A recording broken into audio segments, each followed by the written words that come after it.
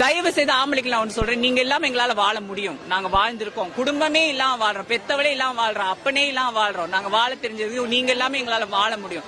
தயவு செய்து எங்க வாழ்க்கையில வந்து உங்க அம்மா கொடுக்காத அன்பை நான் கொடுப்பேன், உங்க அப்பா கொடுக்காத பாசம் நான் கொடுப்பேன், உங்க அண்ணன் பாத்துக்காத மாதிரி நான் பாத்துக்குவேன்னு சொல்லிட்டு உங்களோட கொஞ்ச நாள் சந்தோஷத்துக்கு அப்படியே பழகிட்டு போனீங்கன்னா அது தப்புதான். அதை பண்ணாதீங்க.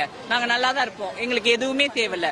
சுயமா எங்க வாழ்க்கையை நினைச்சுக்க எங்களால முடியும். இன்னைக்கு ஒவ்வொரு தடவையும் தாலியா இருக்கிற ஒவ்வொரு திருநங்கையும் அவ வாழ்க்கையில பட்ட வேதனையை தான் இங்க சொல்லிட்டு அறுத்துட்டு போறா. இது வந்து நாங்க இந்த சமுதாயத்துக்கு சொல்ல சிம்பாலிக்கா நாங்க சொல்றோம் இந்த விஷயத்த. அவ்வளவுதாங்க. எங்க வேதனையை பாத்துக்கோங்க. எங்க சிரிப்பை பாக்குறீங்க, புண்ணையை பாக்குறீங்க, புண்ணையை பார்த்தா பொறாம வந்துடும். சோசியல் மீடியால வந்து என்ன சொல்றீங்க, ஓ நீங்க ரொம்ப ஆடுறீங்க, ரொம்ப இது பண்றீங்க, கலாச்சாரம் கெடுதுன்னு. அப்ப இன்னைக்கு எங்க வேதனையை நாங்க காட்டுறோம். இப்ப என்ன சொல்ல போறீங்க? எங்க வாழ்க்கைக்கு ஏதாவது மாற்றத்தை கொண்டு வரீங்க? கொண்டு வந்தீங்கன்னா ரொம்ப சந்தோஷப்படும். இன்னைக்கு 30 தாண்டின நானும் தாலியா இருக்கிறேன், 30 தொட போறேன், பிள்ளையும் தாலியா இருக்கிறா, 18 வயசு இளம் திருநங்கையும் தாலியா இருக்கிறா, வயசான பாட்டியும் தாலியா இருக்கிறா. இந்த சமுதாயங்களுக்கு கொடுத்த வேதனையை இங்க காட்டிட்டு போறோம். நன்றி.